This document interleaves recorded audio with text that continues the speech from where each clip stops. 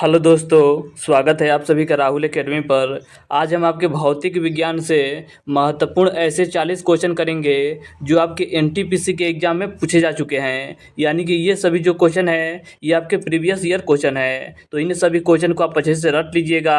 और अगर आपको इसको पीडीएफ चाहिए तो नीचे टेलीग्राम का ग्रुप दिया गया है, वहाँ से ज्वाइन होकर इसका पीडीएफ आप प्राप्त कर सकते हैं। तो चलिए ज़्यादा समय नुकसान ना करते हुए सीधे अपने क्वेश्चन आंसर पर चलते हैं। देखिए, आपका पहला क्वेश्चन पूछा गया था कि दूरी मापने की सबसे बड़ी इकाई कौन सी है। तो इसका करेक्ट आंसर आपका हो जाएगा पारसेक है।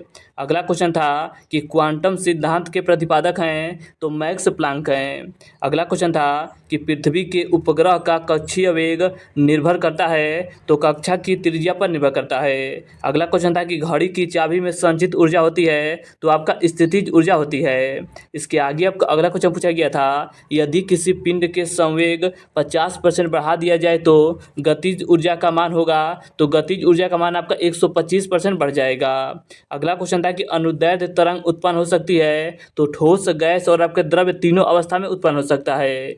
अगला क्वेश्चन था कि पनडुब्बी आधारित होती है। देखिए, जो आपका पनडुब्बी आधारित होती है ये आपका आर्किमिडीज के सिद्धांत पर कार्य करता है। ध्वनि तरंग है तो ध्वनि तरंग आपका अनुदैर्ध्य तरंग होता है। इसके आगे अब अगला क्वेश्चन दिया गया था कि खगोलीय दर्पण की फोकस दूरी उसकी वक्रता त्रिज्या की होती है तो आपका आधी होती है। उत्तल दर्पण द्वारा बना प्रतिबिंब होता है तो काल्पनिक होता है और आपका सीधा होता है। प्रकाश तरंग उदाहरण है तो प्रकाश तरंग आपका विद्युत चुंबकीय अनुप्रस्थ तरंग का उदाहरण है। इसके आगे अब अगला क्वेश्चन पूछा गया था कि ट्रांसफार्मर किस सिद्धांत पर आधारित है। तो जो आपका ट्रांसफार्मर होता है ये आपका चुंबकीय प्रेरण पर आधारित होता है। तो चुंबकीय प्रेरण इसका करेक्ट आंसर आपको हो जाएगा। अगला क्वेश्चन दिया गया था कि घरेलू प्रकाश के लिए प्रयुक्त लैंप किस क्रम में जोड़े जाते हैं। तो ये आपका समांतर क्रम में जोड़े जाते हैं। अगला क्वेश्चन था कि यदि वायुमंडल ना होती तो दिन की अवधि होती। तो दिन की अवधि आपका कम होता।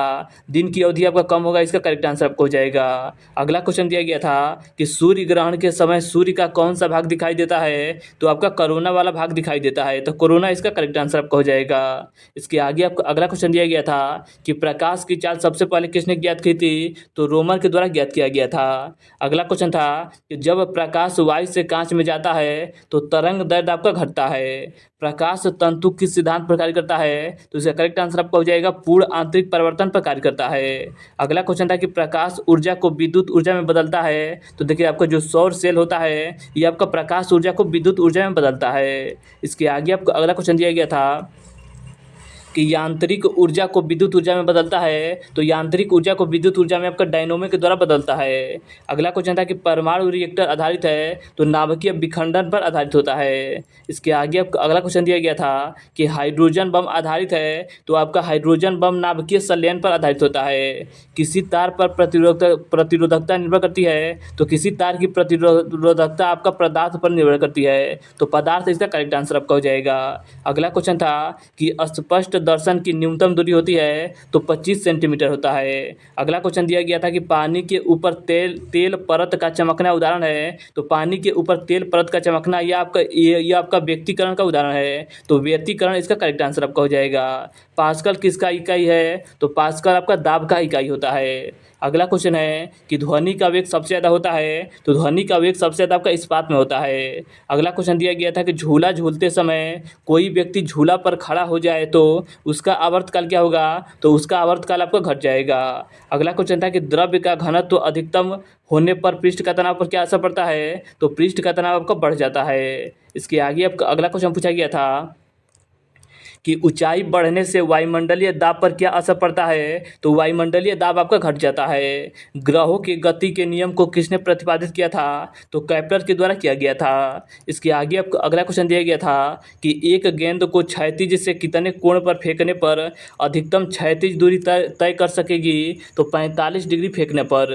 अगला क्वेश्चन है कि प्रिज्म द्वारा किस रंग का विचरण अधिकतम होता है। तो बैगनी का आपका सबसे अधिक होता है। अगला क्वेश्चन था कि जेट इंजन किस सिद्धांत पर कार्य करता है? तो देखिए जो आपका जेट इंजन होता है ये आपका रेखीय संवेग संरक्षण पर कार्य करता है। इसके आगे आपको अगला क्वेश्चन दिया गया था कि किस यंत्र का काम डायनोमो के कार्य का उल्टा होता है? तो मोटर का कार्य होता है। अगला क्वेश्चन था कि ब्रह्मांड में कौन सा तत्व सर्वाधिक मात्रा में पाया जाता है? तो सर्वाधिक मात्रा में आपका हाइड्रोजन पाया जाता है। अगला क्वेश्चन था कि कोबाल्ट 60 उत्सर्जन करता है। तो कोबाल्ट आपका जो 60 है ये आपका उत्सर्जित करता है गामा किरण को। ऊष्मा का सर्वोत्तम चालक है। तो ऊष्मा का सर्वोत्तम चालक आपका पारा होता है। इसके आगे आपका अगला क्वेश्चन दिया गया था कि कार्य का मात्रक क्या होता है? तो कार्य का मात्रक आपका जूल होता है। तो देखिए आज हमने आपके भौतिक विज्ञान के ऐसे महत्वपूर्ण 40 क्वेश्चन किए जो आपके एनटीपीसी के एग्जाम में पिछले 5 सालों में पूछे गए हैं। तो इन सभी क्वेश्चन को आप अच्छे से रट लीजिएगा और अगर आपको इसका पीडीएफ चाहिए तो नीचे टेलीग्राम का ग्रुप दिया गया है, वहाँ से ज्वाइन होकर इसका पीडीएफ आप प्राप्त कर सकते हैं। तो चलिए आज के लिए इतना ही, धन्यवाद।